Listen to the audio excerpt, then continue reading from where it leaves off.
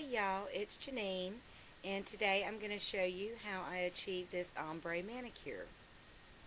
First, start with a cosmetic sponge and tear it into 3 pieces, and then paint your nails a base color. For this I used Elegant Cognac by Sally Hansen, and you're going to need 3 more colors.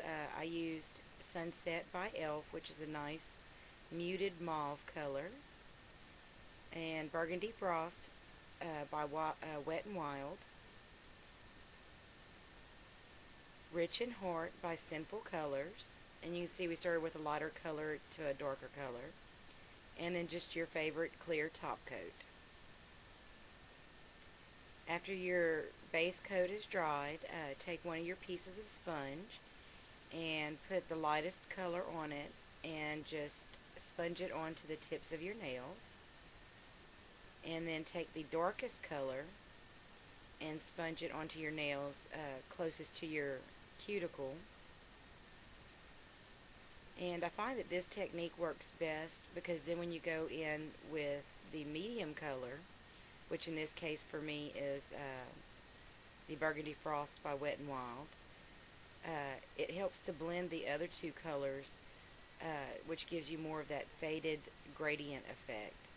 So you can see in here I'm just going in with that middle color. Like I said, it just helps really blend the first 2 colors. And I just check it and keep looking at it to see if there's areas that need to be filled in a little bit more. If you go too far up or down with a color, you can just go back in. Like say if I went in a little too high with the middle color, then I could go in with the lightest color, back on the tip, and then touch it up a little bit. The idea here is not to achieve perfection, but just to keep it somewhat fluid and even, throughout your nails. And if you go too much with one color, then you lose the effect of the other colors. And I also found that it's easiest to work with one nail at a time, so rather than like saying do all the tips and then all the middle color and then all the deepest color, you really kind of want to work with the colors while they're still wet. And this helps with the blending and the gradient effect, where you don't end up with just a stripe of one color, a stripe of the next color.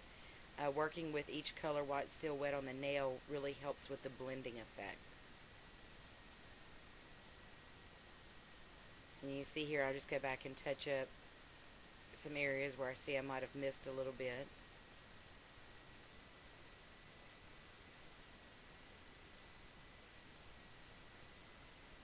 And right now it looks pretty rough. Before you put the clear coat on, it doesn't look real pretty, and it's a little bit messy.